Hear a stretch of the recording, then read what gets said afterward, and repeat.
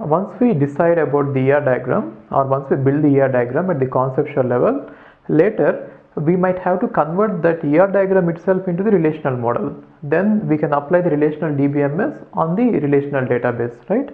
So there is a procedure, or in fact the algorithm, in order to convert ER diagrams into relational model. So there are 7 steps. So let's go step by step. It is all about this. We are going to have entities, relationships, and weak entities and identified relationships. So these are all the entities present.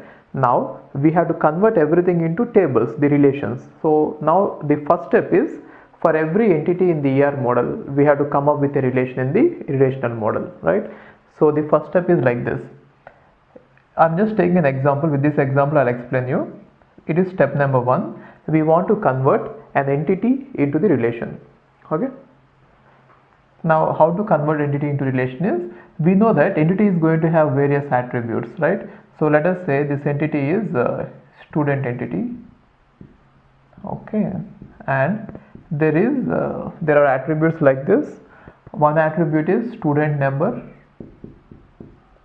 and the other attribute is a composite attribute which is student name, and assume that it is having various parts like first name and last name.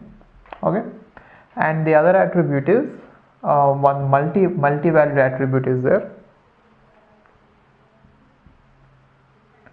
Multi-valued attribute is there, right, which is phone number.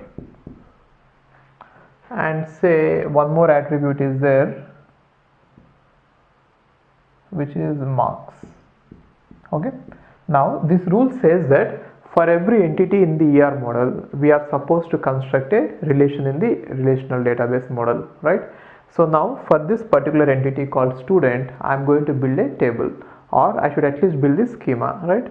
So now the schema of this relational model is going to look like this. Student is the name of the relation name, and how many fields are going to be there? For every simple attribute, we are supposed to have a attribute in the relational model. So what is the simple attribute here?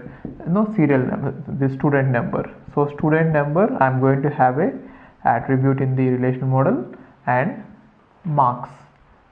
These are the simple attributes. Okay, now after that, look at all the composite attributes. What are the composite attributes? Student name, which is going to have first name and last name.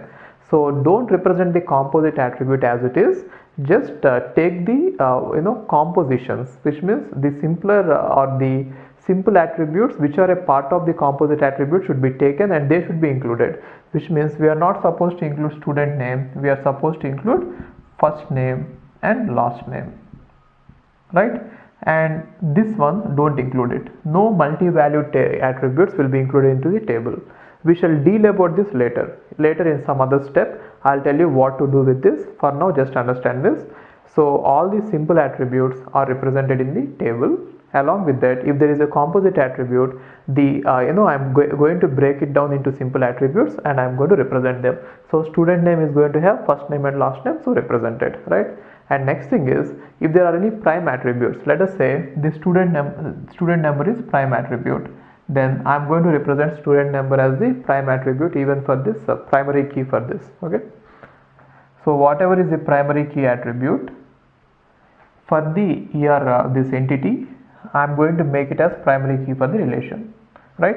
In case if more than one attribute are going to form a primary key for this, we are going to do the same here, right? In case if the composite attribute is actually is a primary key for this, then I'm going to use the same notation here, which means I'll have all the simple attributes which are the part of the composite attribute, and I'll take all of them and make them the primary key. Primary key can be more than one attribute. Got it? So what about this one? We shall deal about it later. So first rule says that for every entity we are supposed to create a relation, and for every simple attribute the same attribute will be added there. In case of composite attribute, I'll take the simple parts and I'll add it there, right? And in case of multi-valued attributes, I'm not going to add anything. Okay, so we shall discuss about it later. This is step number 1.